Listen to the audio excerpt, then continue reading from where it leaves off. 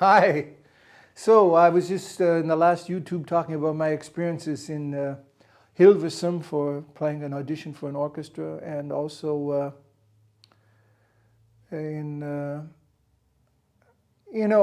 I was talking before about even doing competitions in a couple of YouTubes earlier, and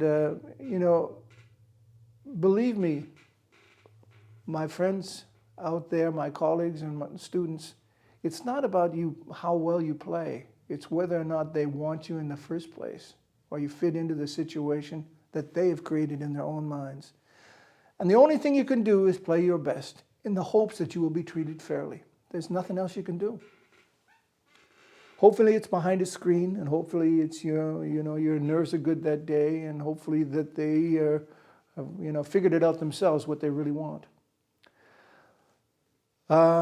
Even talking about auditions, I can give you a couple of other very good examples. One's in Basel, and one was for the Vancouver Symphony. I flew to Vancouver and took instruments, a cornet to play certain things and whatever, and prepared the Brandenburg Concerto for the first round and whatever. And then before I even played the first round, when I was warming up on the piccolo, some guy comes from the orchestra and he says, we won't be doing any solo pieces, no Haydn and no Brandenburg Concerto as in the first round. That's what they said on the day of the audition, when everybody was warming up already. Which just means that you wasted all the time. I'm bringing instruments from Europe, cornet and whatever. And I can remember what that means when you are treated so badly and people have so little understanding what you're doing. I mean, it's like I showed up with all these instruments. I think I took 7 or 8 instruments from Europe with me. A cornet and a post horn, and for different things that they expected in the list, piccolo, trumpet, and whatever. It's very difficult to travel these days with that much music, that many instruments. And then for them to decide that, and there was no discussion about it, After you'd already warmed up on the piccolo trumpet, and anybody that knows anything about playing the trumpet knows how difficult that is. You're 8 o'clock in the morning warming up something because you maybe have to play 3 or 4 rounds, and the first round is the Brandenburg Concerto. Well, but these things happen. And if they want you, they want you. And if they don't want you, they'll do everything possible to make it impossible for you. So all you have to do, as far as I'm concerned, is to do your best. Prepare to play the middle of the night, Zarathustra, high seas and whatever, and then hope that you'll be treated fairly. Because there's no guarantee in this world.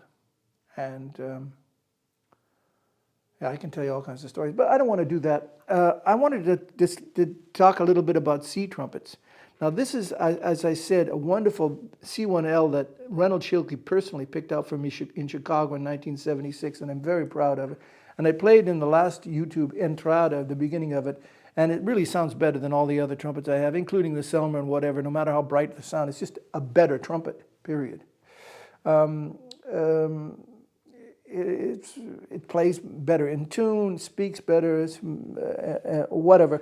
But it's a question of the sound. Now, I was trying to figure out how I could get another kind of a sound, and this is actually a mouth pipe and bell changeable instrument. I can change the mouthpiece. I have 5 mouth pipes for it, 2 Bach mouthpieces, 1 Bernard Edelstein and 1 Adolf Hirsch's model mouth pipes. If you know who those are, Hirsch used to play in the Chicago Symphony, and Edelstein played in the Cleveland Orchestra. They were very famous trumpet players in their day. And different bells. I just wanted to take another bell than this, and I had adapted a Vincent's Bach bell, a 37G bell for this instrument. Yes, and this is it, 37 model G for gold brass. And Mr. Poggensay made this fit perfectly for me, of course.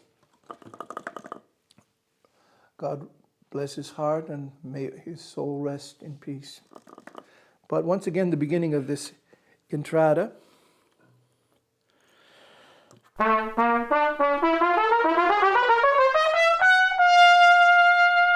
or what I really love to play in the Bamberg Symphony Orchestra, because actually I never played a rotary valve trumpet in the Bamberg Orchestra. I left the orchestra in 1983 before I had developed my own rotary valves, or actually bought a Munke.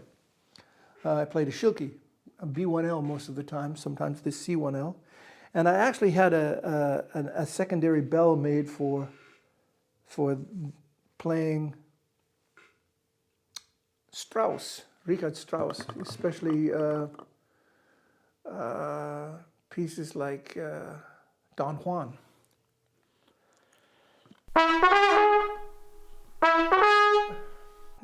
Box a little bit. Maybe I have another bell, actually. This is I think it was a 229 bell that I was playing, not a 37G. If I can find it very quickly, put it on instead for comparison. Wait 1 second, Mike. I'll be back in one shake of a lamb's tail.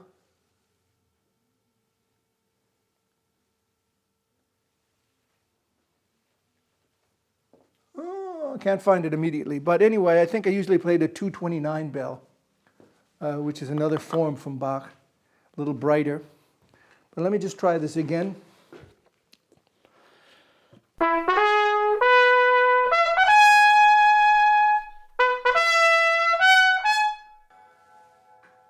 Yeah.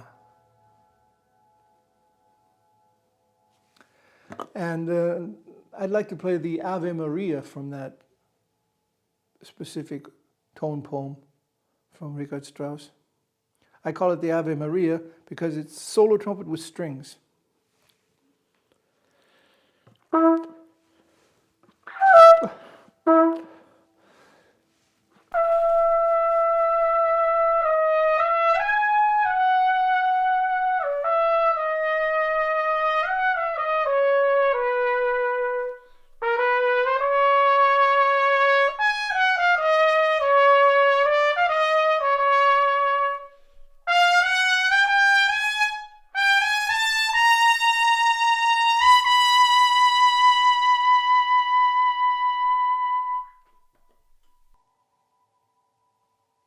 Now it starts piano and it makes a crescendo to fortissimo. So you're more or less unisono with the strings in the same dynamic, and then the trumpet grows out of the strings and dominates the whole sound.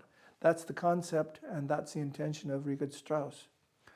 Now I can remember playing exactly that solo in a rehearsal before a concert in a bullfighting arena in Madrid with the Bamberg Symphony Orchestra.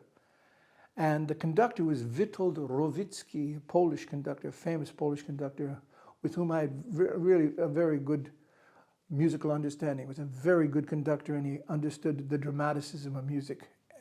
We understood each other very well, and we had a great mutual respect, which is very important.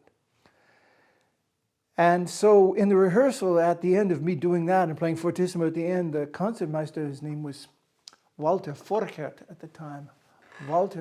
I saw Walter look at me and then look at the conductor after this in the rehearsal. And don't forget, we were playing in a bullfighting arena.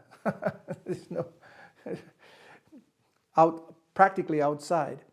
And he turns to the conductor and he says, and I can see what he's doing, and he says to the conductor, "Oh, maestro, I think the trumpet is a little bit too loud at the end of the solo." And Rowicki, Witold, looks at me, and he sees that I'm watching this whole scene. And he looks at his music, and then he looks back at me and winks, and he says, "Sie, Geige, you, violinist. Ich bin Dirigent. I'm the conductor here. Bravo, solo trompeter." Bravo, solo trumpeter. Buchstabe B, letter B, please. That was the end of the discussion. Sometimes you have to have people that understand that it's about the dramaticism of music. I'm living and dying for the phrase. And dynamics are important. And trumpet players playing too loud, it's playing stupid. But it's not only about playing loud. It's about being respected for your efforts and the role that an instrument plays in an orchestra. And how important it is to play with intensity and conviction and dramaticism when you're playing intensive, dramatic music, like Don Juan. And again, it's a question of the color of sound. Maybe if I'd played a little bit more darker or a bigger bore C trumpet, then maybe it wouldn't have been so much of a problem. But this instrument, as I said, has several different lead pipes. It has a David Monet lead pipe. It has a Pilczek lead pipe, telescoping. It has two Bach lead pipes, Bernard Edelstein and Mr. Adolf Hirsut models from Cleveland and Chicago Symphony, respectively, and the original C1L from Reynold Schilke personally. And it plays best with the C1L lead pipe and best with the original C trumpet Schilke bell.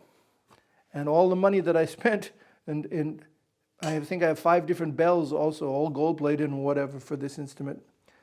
And to be quite honest with you, I should have just left the trumpet alone in the first place and just learned how to play it for what it is and respect it. Because, believe me, somebody like Reynold Schilke, or in the factory of the F. Besson, or the model here from Ramon Seberich for this Selmer C trumpet, these people knew what they were doing. I mean, often it's a question of just getting used to one or the other. You can see how difficult it is to just take one instrument and start to play. They're all different. They all have their different resistance and resonance and intonation. And so just to grab one and play it without any even trying a note, like I've been doing, is very risky. And you've heard sometimes things go askew. But again, I should really play the last instrument that I developed in this direction. See if I have my my version of a of a Cansto La Tromba C trumpet. See if I can find it very quickly and play that for you, because I think it might be an interesting comparison that you can make there. How much time do we have, Mike, for this YouTube left? 1 minute to go. How many? 1 minute. Okay. Well, good. Then I'll just show you the C trumpet for the next YouTube. And so when you tune in, you will take a look at it. This is a power instrument that has certain character, and it has played in the very, very strong heavy caps and French bead. And well, when you come back again, I'd like to play this. This is a Cansto La Tromba C trumpet that I developed in the late 90s for my own firm, for my own intentions and whatever. And I hope to see you again in The Man with the Horns, Richard Carson Steuart, and yeah, what instruments are about and what music you can play with them. Bye now.